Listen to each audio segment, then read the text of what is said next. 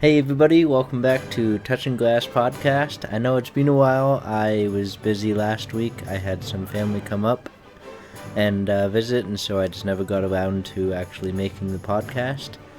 But I was thinking about what I was going to talk about all this week. Today we're still going to be talking about fantasy football. And just to see if there's any changes, any big names that have maybe moved up or moved down or really kind of stayed the same. So last year's top contributors were the typical names. You have your Mahomes, your Allen, Hurts, and then it starts kind of getting into the wide receivers and the tight ends. But I will go down the middle of this list because probably about maybe 12th, maybe 15, we have Geno Smith.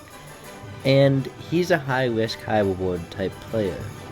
I may have talked about this last time, but those type of players are a little...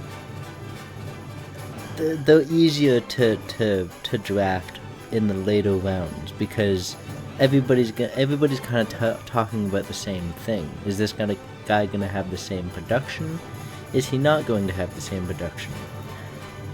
But if you're going into a league that has a lot of trading and a lot of guys that do take high-risk, high-reward players, then maybe you can kind of use that to your advantage. But I would always build the team the way that you want to, but if Geno Smith is available in the later rounds, I mean, if you want to take a chance in the early rounds, go ahead, it's your team. But I would suggest not. I would suggest to take a chance on him later if he's available, if nobody else has the idea to pick him up. But worst case, you pick him up and he's your second or third string quarterback who had a great season last year, may not be able to reproduce that same season, but that's why you use a later round draft pick. Because the later round draft picks are typically for depth or kickers or defense. You're not really gonna get, unless somehow there's a big name that falls. Most of the time, those big names are not gonna fall to you unless you do your due diligence and look at the sleeper players, like Geno Smith. A lot of people didn't think he was gonna have that great of a season, but he's a high risk, high reward because he could easily just have a terrible season this upcoming season. He could have an even better season next year. So that's why it's hard to go for the sleeper positions. But I would say a true sleeper, I'm just looking down at the list, I would probably say, let's see, Aaron Jones, Calvin Ridley, DJ Moore, Keenan Allen. He's not really a sleeper, he's just kind of a top wide receiver. He's not really somebody who's gonna give you a bunch of points. He's just gonna kind of be like a typical guy. Now, Terry McLaurin, he's probably my sleeper, I would suggest. Or TJ Hawkinson. Now he's on Minnesota, and Minnesota, trying to remember who the quarterback is. It's not what's his name anymore. I'm just gonna quickly look that up. But yeah. Oh, it is Kirk Cousins. I thought he retired for some reason. Okay, then Kirk Cousins. Still a top quarterback. So TJ Hawkinson, I had him last year for Detroit, and he was one of my top tight ends. Same with Mike Williams. He did get injured in the middle there, but he was a top contributing player. But all of the typical, if you just want to take all of the top players, I would constantly look at lists of people. Right now, just a quick list right here shows Justin Jefferson going number 1, and this is compared to 4 different people. And they all have him going first, and then they all pretty much have Ja'Marr Chase going second or third. And then Christian McCaffrey, pretty much the top 5 picks are basically the same. It kind of starts getting different around, let's see. I mean, there's a lot of players here that would be very surprising if they fell this far, like Jonathan Taylor.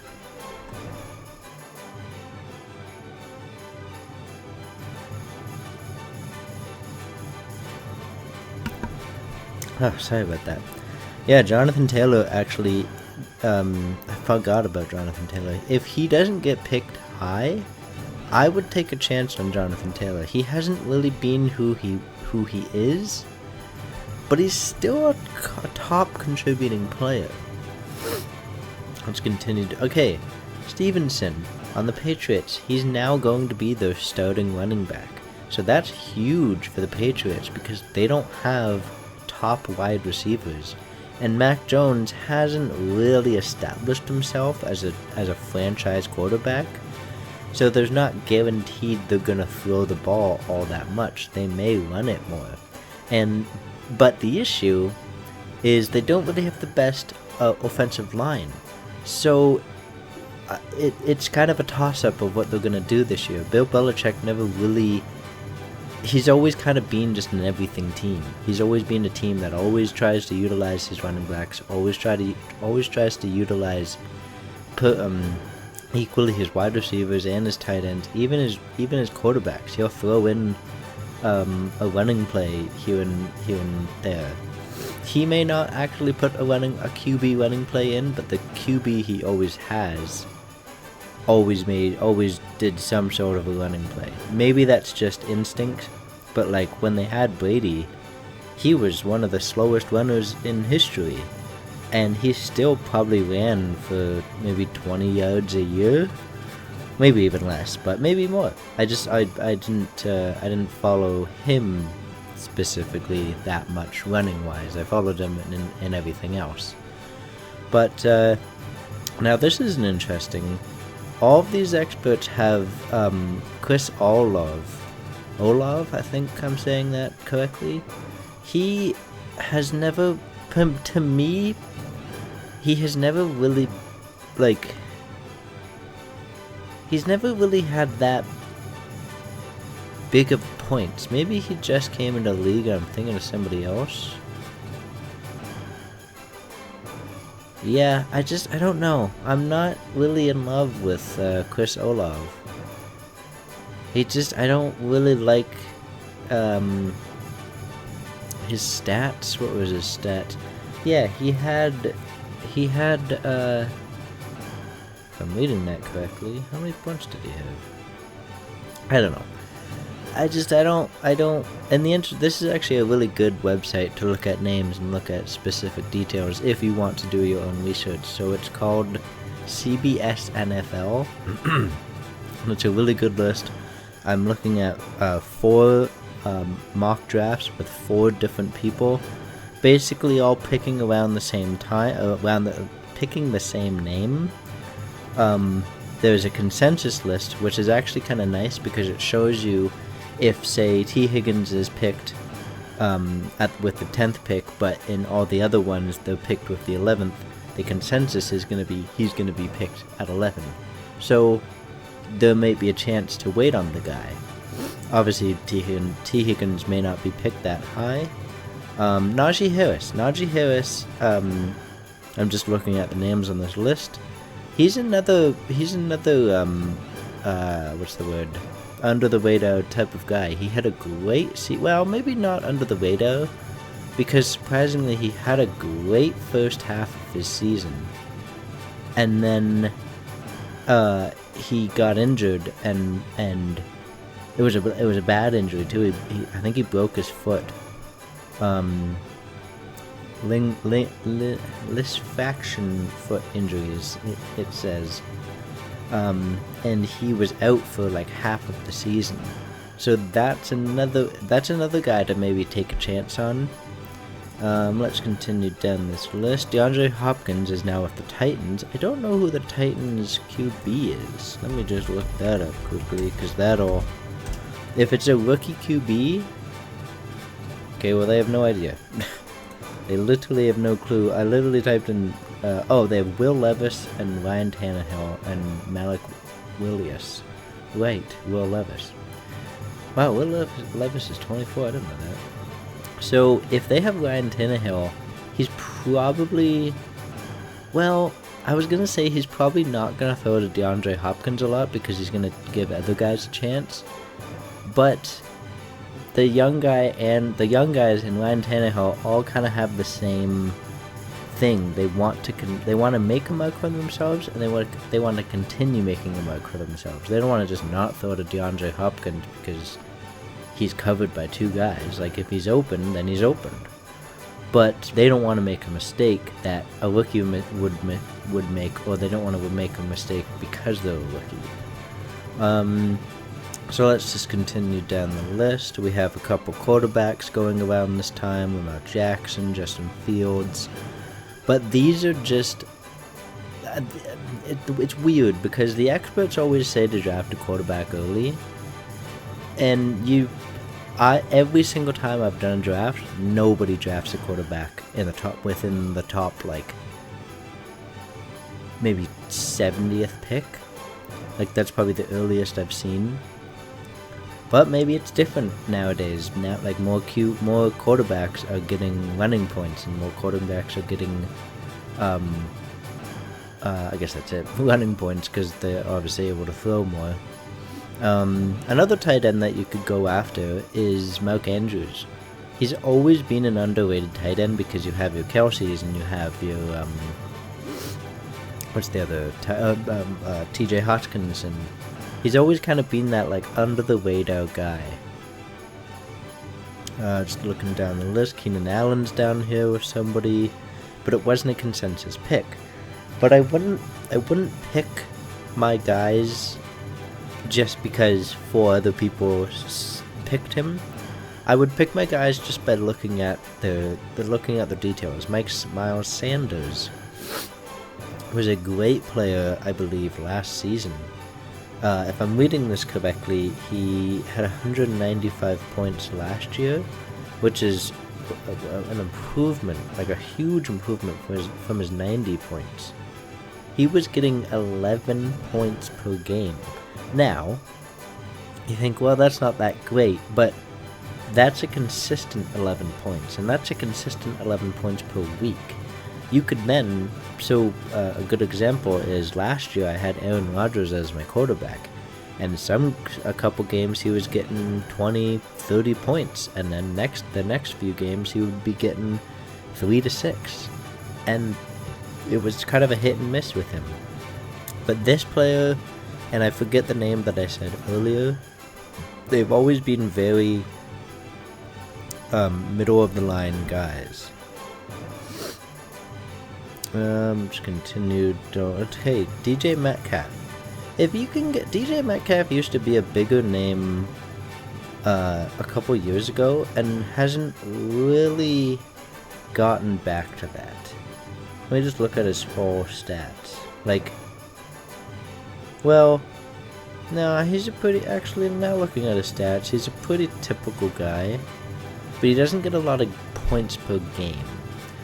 But he's a nice later round draft pick. Like it says right here, we would prefer, and this is, I forget whose name, and this is, we would prefer to wait until round 5 to draft Metcalf as a low-end number 2 wide receiver.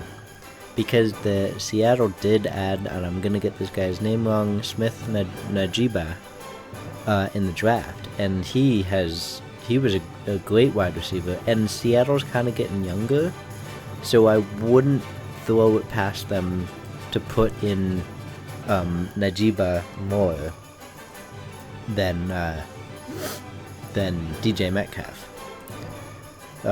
But wide receivers always kind of go off the board more, and with not a lot of running backs, there's not really a lot of, like, see, that's the thing. Personally, how I would draft is I would go wide receiver because they always go off the board first, and then you could probably take your chance on waiting on some top running backs because this year and the past couple of years, there hasn't really been a top running back. They've all been like weirdly consistent, if depending on if that's 5 points to 15 points.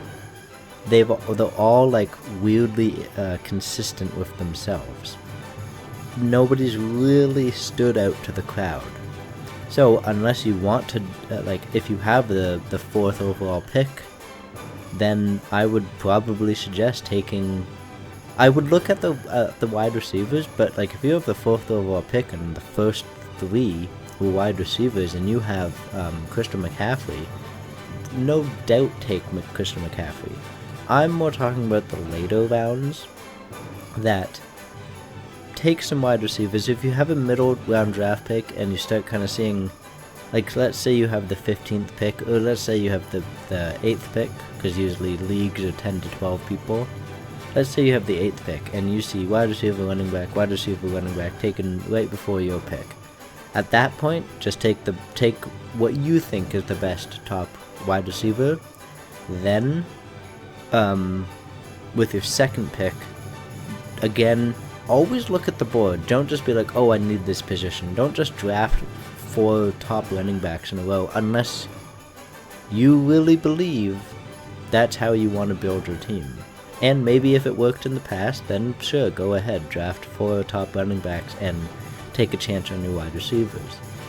I get if you want to actually go that route, then obviously wait on the wide receivers, but there's a lot of wide receivers that you can easily take a chance on.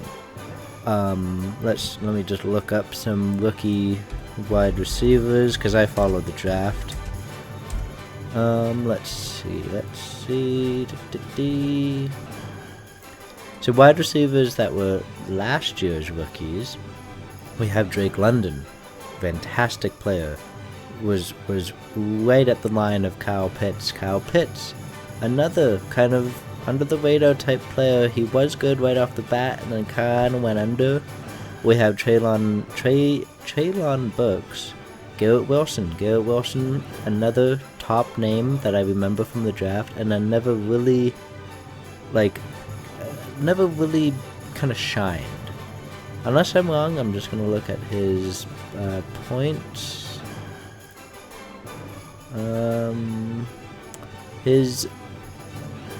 His draft actually position has risen by quite a bit. What's the month right now? Has risen quite a bit and stayed there. So he's now above a top 20 pick. How many points? So he had 150 points last year. This is another good website to look at, is Fantasy Pros, because it'll show you his projected and it'll show you his actual points. So last year he was projected to only get a roughly 8 to 10 points a week, and then in his first week he had 22, but then in his next week he had 8, and then he was kind of on a little bit of a dive nose, but not terrible. The worst that he went was 6.9, and then he went up again, and then he went down again, and he went way up, and then he started to drop a little bit, and then so you have to look at the rankings, and you have to look at their projected points. So let's just continue. So Chris Olave, that's the name I said, but Sky Moore for me, I think I picked him up. One time. Let me just look at his points. He's actually risen well above. He started this on the what's the month? I'm just mixing them up in my head. On the 5th month, my brain is just not telling me what month that is. Compared to now, he went from 200 to just above 125. So that's a big jump for him. Last year, he didn't really do the greatest. He was starting a lot, and then he had a fantastic week. But when I say fantastic week, That's why you have to look at the projected. It's comparing his projected to the week that he has. So his projected that week was only 2.8, and he only got 6.3, which is not great. But I mean, if you need a wide receiver quickly that season, then that's a name to look at. Let's go down the list again. Jameson Williams. Jameson Williams, I believe I had last year. I definitely had. I think he's actually currently suspended. That's what it says right here. So his rank, he's actually dropped. Wow. He was a top 80 pick, and now he's just above 120. Which is not a huge drop, but it's quite significant. He was supposed to have way better weeks. So a lot of these rookies aren't playing because a lot of them are getting replaced. So that's a thing to look at. Christian Watson's in, George Pickens. Don't remember. Oh, Chase Claypool is another player to kind of keep your eye on. He was a good player for a bit and then kind of died down a little, but I'd keep your eye on him for the draft. So this guy, George Pickenson, started. Okay,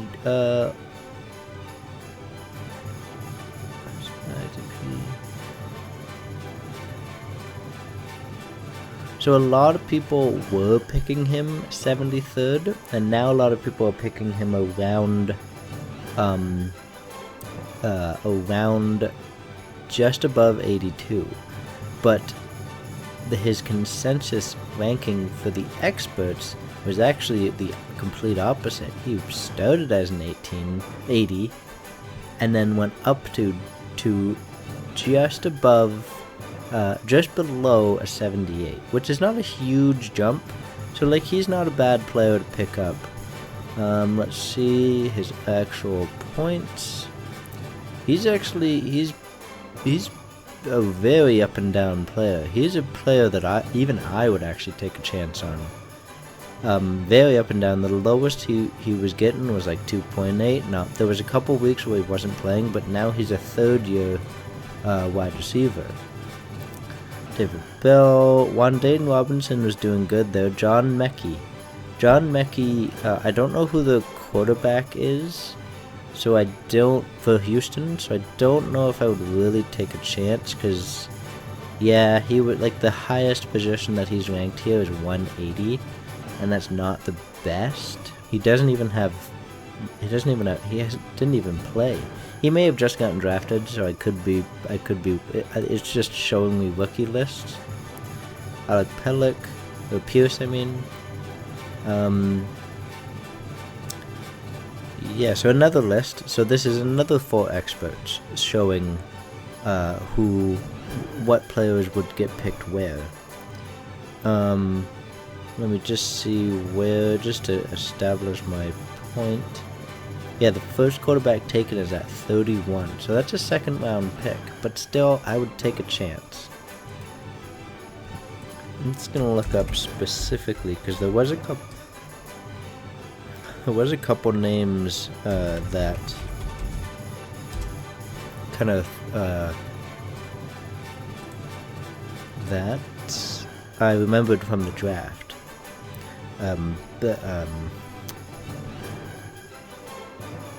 Najigba, it's probably not how you say his name, but I apologize.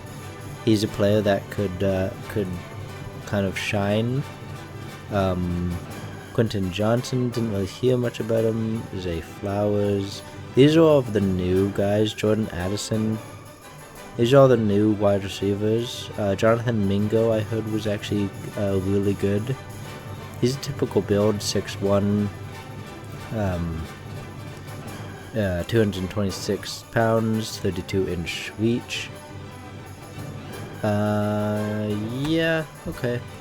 Then, we've talked a lot about wide receivers. We've talked a lot about is running backs. Now, let's talk. I know we talked about it before. We talked about it a little, but we're going to talk about the defense. I keep saying defense. Right now they have the Patriots as the projected best, I believe, if I'm reading that correctly. Yes, best team for points. I always look at the team that is not the high risk, high reward defense team, but the team that. So if we click them, they'll show us the points. Last year, I guess not.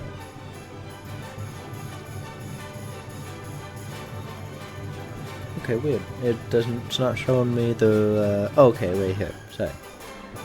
Each game, they were getting 5, 12, 11, 19, 17, they're 26, like, they have a great defense. That's why it's always good to look at teams that have a very consistent defense. So let's look at the Eagles. So the Eagles, they're just as consistent, but a little more shallow. 5, 10, 18, 10, 9, 11. Then they went on a stretch for 17, 17, 13. But with defense, it's very subjective. It's all subjective based with defense. Because you never know what's going to happen. Like right here, they actually had a good stretch for a bit, the 49ers, 16 points, and then literally the next week they had -3. That's why you have to kind of look at the teams. Look at the schedule, because for a little bit of a stretch with the 49ers, they faced Tampa, they had 9 points. They faced Miami, they had 18. They faced the Saints, 12 points. They faced Arizona with 10. They faced the Chargers, and they got 8 points. That's huge against the Chargers. And they went and don't worry about wins, don't worry about losses. Just look at the points. Because it's, again, like I mentioned, it's all subjective based. So let's just continue going down the list. We have the Cowboys. And as everybody knows, the Cowboys don't have a great offense, but their defense, the latter half of the season, was fantastic. They had 10 points, 19, 6. Again, it's all subjective. They're just gonna have low amounts sometimes. The Rams had 22. Washington against the Rams, they had 22. Against Washington, they had 11. Against the Giants, they had 10, 9, and then ended the season against the Buccaneers with 4. So it's always look at their consistency, but if you want to take a chance on a team, kind of just look. Like if defense is hard, because it's difficult to know if a defense is going to have the same amount of production next year. With a tight end, with a quarterback, with a whatever, especially a young one, if they have a great week, there's a likelihood they're going to have just a similar week or a better week. Because the team's going to be like, well, you had a great week last week, we're going to put you in again. But it's all subjective. They could have a terrible week. But let's then look at. So that's pretty much it for defense. It's just kind of look at the points, and don't worry about the offense. Don't worry about winning games. It's not about winning games in fantasy football. It's about points. They could lose a game by 2 touchdowns, but still have amazing points because maybe those 2 touchdowns came on like the running back or came, I don't know, from a fumble, which would actually negative points. But regardless, always look at the inner stats. Compare the last year's stats to the current stats, and also depending on what league you're in. If you're in a league that cares more about wins and losses, then look at a defense that has wins and losses. If you're just in a typical very normal league, then just kind of take the best available, what you think is the best available defense. Now we're going to look at, and also with the kickers, I think I mentioned this last time, same thing. The kickers and defense kind of go hand in hand, which is a weird thing to say, but they can either have great they can either have great games or terrible games, or they can go on a stretch. But kickers are a lot like tight ends. Well, mainly actually all of the positions. There's a lot of kickers that are just middle of the ground. You're just gonna get like 5 to 10 points out of them probably every game, which is great, which is fantastic value.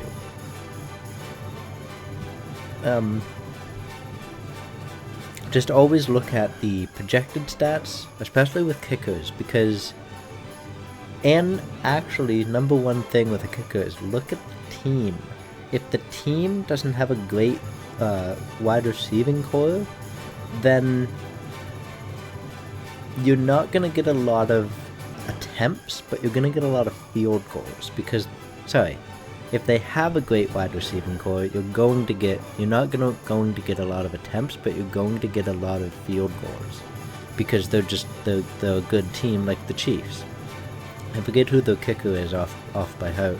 I can think of his face, but they have fantastic offense, and so they get touchdowns, obviously, and so they need their kicker to come in, and he's gonna obviously get his 2 points and then exit the field. But if you want a kicker that will give you more than just field goal points, probably take like the Browns kicker, who they don't really have a top offense, so there's not a lot of opportunity for them to try and get touchdowns, but there's going to be a lot of opportunity for their kicker. So just kind of look at that with the kickers. I'll just quickly go down the kicker list. Daniel Carlson, Brett Maher, Justin Tucker, Jason Myers, and just a quick thing that I'm looking at, up until Justin Tucker's always been a top kicker. He's probably my bet for top kicker in the league. So is probably Robbie Gould is a tight end, free agent. That's interesting. Another one is probably Daniel Carlson, I'd say. I don't know. I want to say Tyler Bass, but I guess he doesn't really. But see, Tyler Bass is 15 out of 17 attempts. Justin Tucker is 24 out of 24. That means that regardless of his attempts, or regardless of how many times he's kicked the ball via not making it, or kicking on the fourth to try and get a field goal, or kicking after a touchdown, he nails them constantly.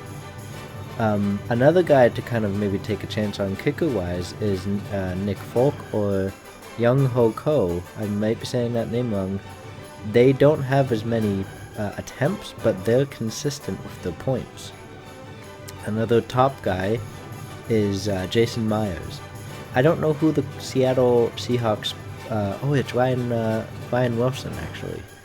He may actually do better for Seattle, so that may take down Jason Myers' attempts.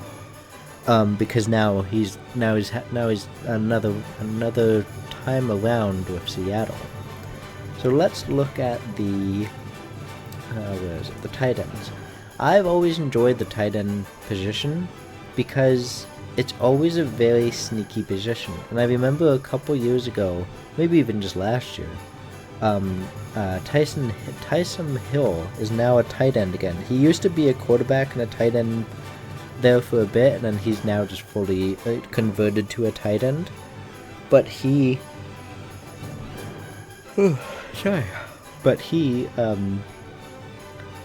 was great when they had him in the tight end position. But tight end is a lot of high risk, high reward players. Dawson Knox, Gerald Everett, Dallas Goodrow, I think something like that. the only 2 to 3 guys, maybe 4, the only 4 guys that you can really say, okay, he's going to be a top wide receiver for me. Travis Kelce, number 1. This is not my list, but it's probably similar. I'm just looking off a list on the screen here. Travis Kelce, T.J. Hawkinson, George Kittle, and Mark Andrews. Now, George Kittle may not have as many points because he's still a top tight end, but now they have Christian McCaffrey coming back another year, and he's getting used to the team. He's getting a little bit better. Who's the 49ers? Because it's not unless it is 49ers. Okay, I don't think it's Jimmy Garoppolo. Oh, Trey Lance? No, that can't be. Actually, they have Trey Lance and Brock Purdy, and Brock Purdy did amazing last year. Brock Purdy, I would actually pick him up for my starting quarterback because they have. This is just I figured. Just trying to see a depth chart.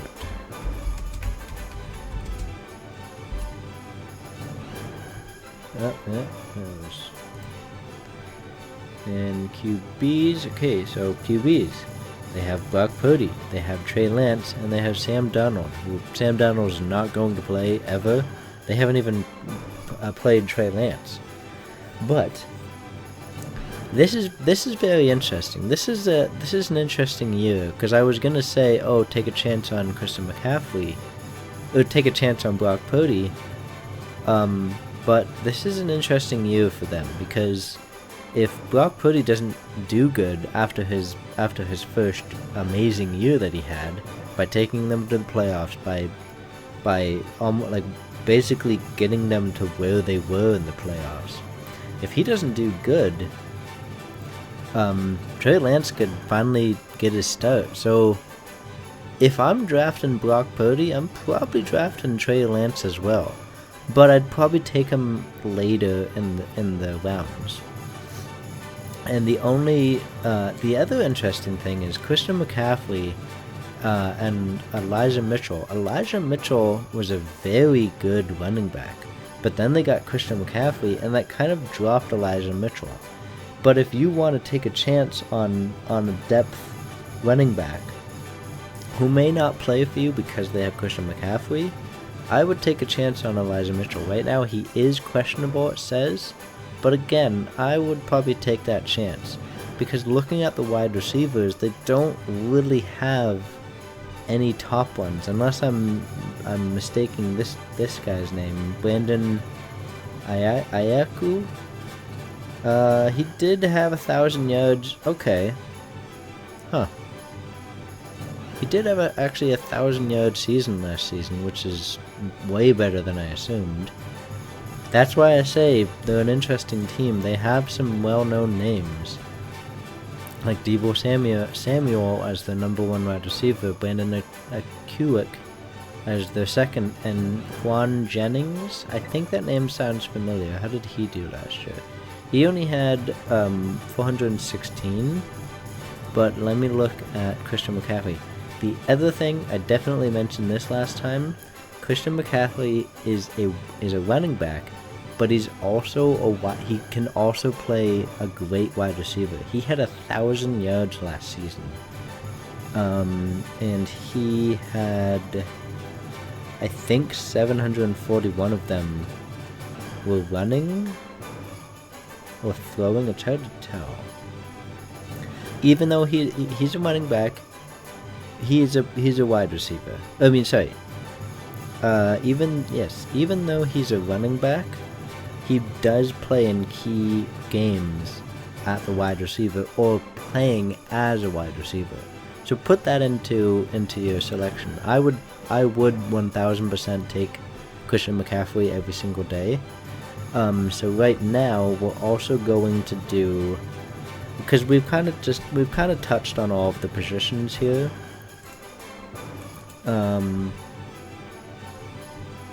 Yeah, we've kind of touched on all of the positions here. We did quarterbacks. I'll just quickly go down the quarterback list to see if there's any kind of like names, just kind of key names that kind of stick out. Tua Tagovailoa. I remembered how to say that before, and now I forget. He last year went 259 for 400, which wasn't great. But, I mean, if you want to take a chance, Kyler Murray, he's another quarterback. Mac Jones. Let me look at, because I just saw Jimmy Garoppolo. Let me look at the Raiders team, because Jimmy Garoppolo is a decent quarterback. Yeah, he's good. He's a good quarterback. And let me look at the Raiders depth chart. Because the Raiders and the 49ers have always been those kind of underrated teams. So we have Jimmy Garoppolo, Josh Jacobs, who they actually have some really good running backs on this team. Josh Jacobs, Zamari White, Amir Abdullah, and Brandon Bolden. Brandon Bolden as their fourth running back is actually very good. Like Brandon Bolden was the Patriots' second running back. Having him as your fourth is fantastic. Then the wide receivers, they have way bigger names at the wide receiver than the 49ers. So put that into your factor. If you want to draft Jimmy Garoppolo, see if you can draft Davante Adams or Jacoby Myers or Hunter Renfrow. All three names were great players a couple of years ago. Davante Adams kind of went down a little, though he did have 15,000 yards last season. So I was mistaken. He's still a top wide receiver. Jacoby Myers. I was very upset when he left the Patriots, but now he's turned himself into a star player. Hunter Renfrow, star player. Even though he only had 300 yards, he's a guy that I would take a chance on. If you start kind of seeing Davante Adams and Myers not getting a lot of points, I'd probably pick up Renfrow. And even with the tight end, they have Austin Hooper, fantastic. And just to look here, they have I think their kicker, Daniel Carlson. So they have a good team. Another guy that I would look at, because he's the punt returner, is DeAndre Carter. Where is he in the depth? He's like the DeAndre Carter. Where is he? He's the second string starting wide receiver. That's just how this is listed, and it's very confusing. But he's the punt returner, so he'll get yards off the punt and maybe a touchdown. Maybe two, maybe a couple, maybe a handful. I don't know. So look at the team's punt returners, because maybe that player gets injured and then that guy's out and then you're screwed for the game. So let's do just a quick what's it called? Mock draft. We're gonna just do 10 teams. Doesn't really matter. We're just doing the first pick, maybe second pick. We're going to choose the fourth. Now, we're going to just leave everything else as normal, because that's typical. Then we'll start it. We'll just wait for it to load. So for some odd reason, they had why can't I see it? Where'd it go?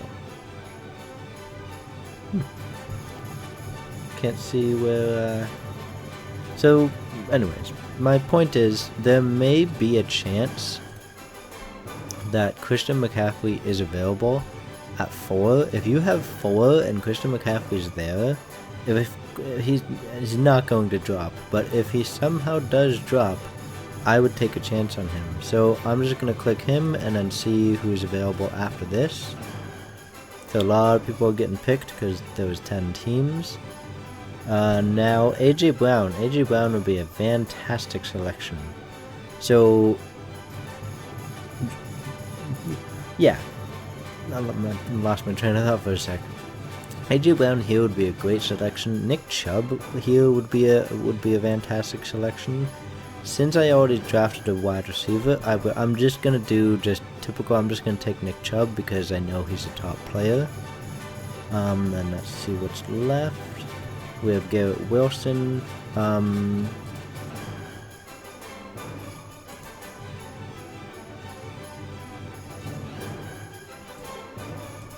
Yeah, so on the website that I'm on now, it'll just give you suggested players like Jalen Waddle, Derrick Henry. Derrick Henry would be actually great at this selection. If you can get Derrick Henry in the 3rd round, that's fantastic value. I'm gonna take him because I'm very surprised that he's still here. I may have messed up, but that's okay. A lot of the so a couple of the names that I kind of figured would be available later. I just saw him pass. Was that Christian Olave, Stevenson? I would have probably rathered Stevenson. But we have Keenan Allen, we have Amari Cooper. Amari Cooper used to be something a couple years ago. Now let me just go back and change, where is it? I'm going to change where I'm picking let's say, I guess like 8 to 10 doesn't really matter. Let's just say 10. Let's just be right at the bottom, just to kind of give you guys like oh man, I'm picking at 10. Like, there's not a lot of great selections.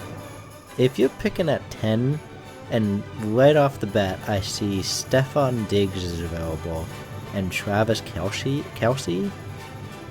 that's very tough to decide who. I'm probably going to go with Travis Kelce because you know he's the top target for the Chiefs. You know he, Mahomes can boot it up the field. And he's always been a top player. So if I'm going to click him and I'm going to see what his points were. If I can, games, that doesn't help.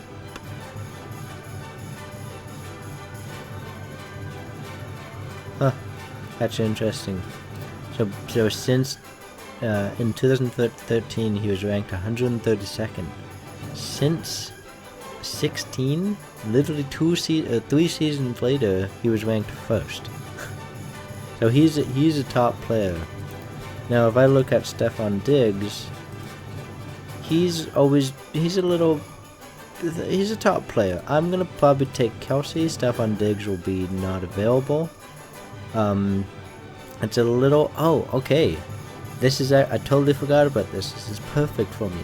When you have the 10th pick in a lot of the leagues, and I do know I said this last time, but it's always good to reiterate it. If you have the 10th pick, it's a snake draft, so you're just going to have the next pick right off the bat. So at that point, I'm just going to take Stefon Diggs. And right there, I have my starting wide receiver and starting tight end.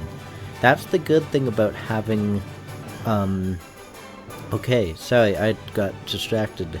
I know this is a mock draft and a lot of quarterbacks are getting taken right now, which is very unrealistic. But Najee Harris and Joe Mixon are available. I probably won't take Joe Mixon because he hasn't really been the top running back he has been. So I'm going to take Najee Harris in this position. Wait, again, I have the bottom draft pick.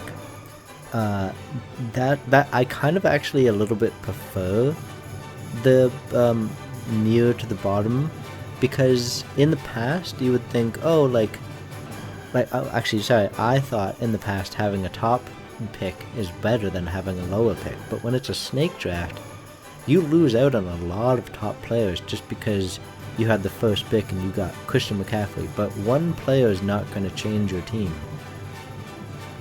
But it's ironic, me saying that, sometimes they do. Sometimes a player can just have a crazy game. But I'd rather have a more consistent team, and And then if a player is not doing good, I'd take a chance on somebody. So I'll just take I'll just pick Chris Olave here and see what else is available. I just realized now I could have recorded my screen, but I don't think. Yeah, no, I could have actually recorded my screen. I'll figure that out after. Now, Chris Godwin.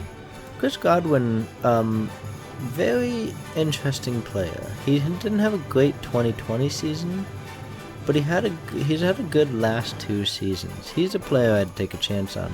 Let me just look at my team and see what I have. So, having the last pick, I already have my 2 star wide receivers, my top tight end, and my starting running back, just from having the last pick. If I had the first pick, I would have probably Christian McCaffrey or somebody else, but then the rest of my picks would kind of be no-name guys. So let me just go back to that and better explain that. Where's the oh, there it is. So if let's say I had the first pick, we're gonna start the draft and I have the first pick. I'm gonna take Justin Jefferson. That was the other guy. I'm gonna take Justin Jefferson. So then 10 teams later, I'm gonna have another pick. Which you still have a lot of top guys here, so I'm gonna take Jonathan Taylor, just because I drafted a wide receiver. But that doesn't make sense. Huh. Okay, maybe I'm wrong about the snake draft because. Well, no, I'm right about. I know what the snake draft means, but for some reason, in the first round, obviously I picked 1, and then the second round I picked 10. So maybe it is a little better to have the first overall pick because then you still get a top guy. Maybe they changed the snake draft.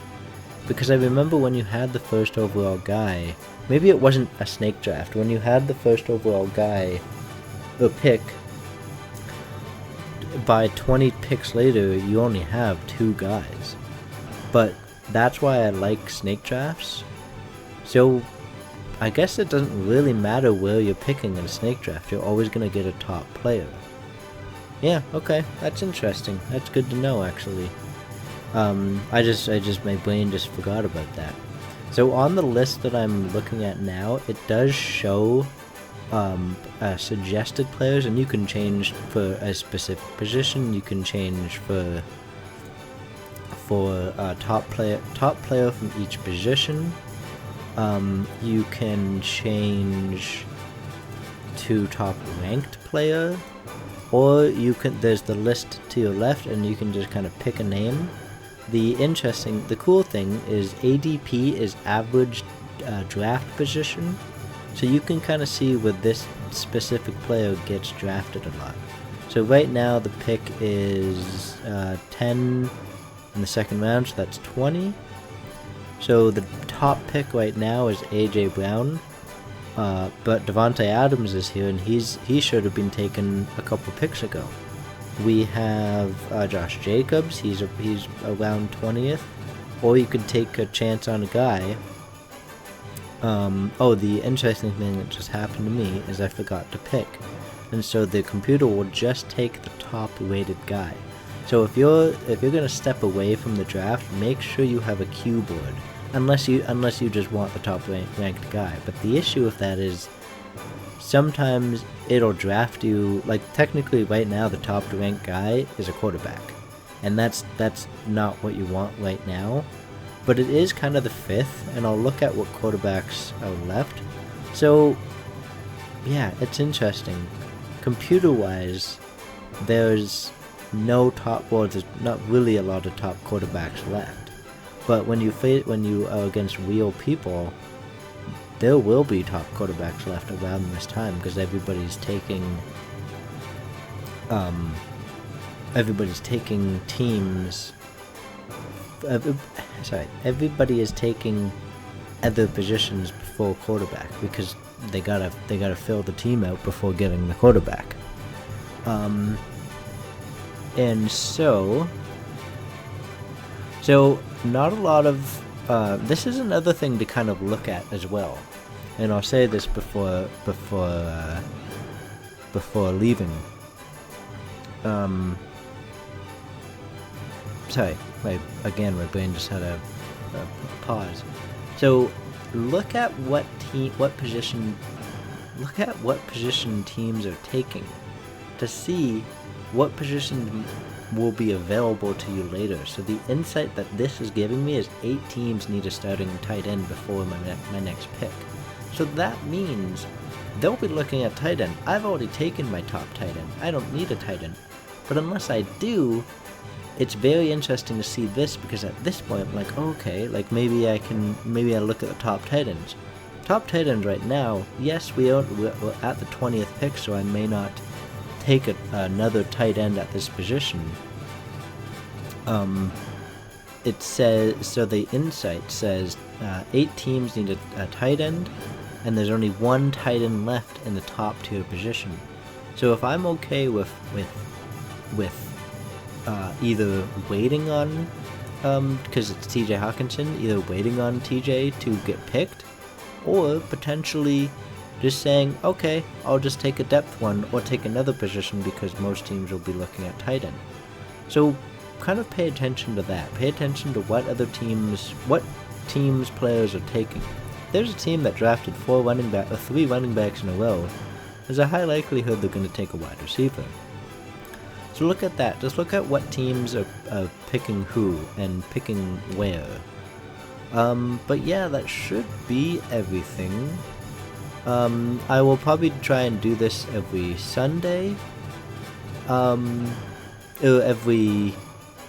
tried to do it last Sunday. I will try and do it Sundays. Sundays around like 8 o'clock I'll hopefully be posting. But besides that, I think that's everything. But thank you for listening.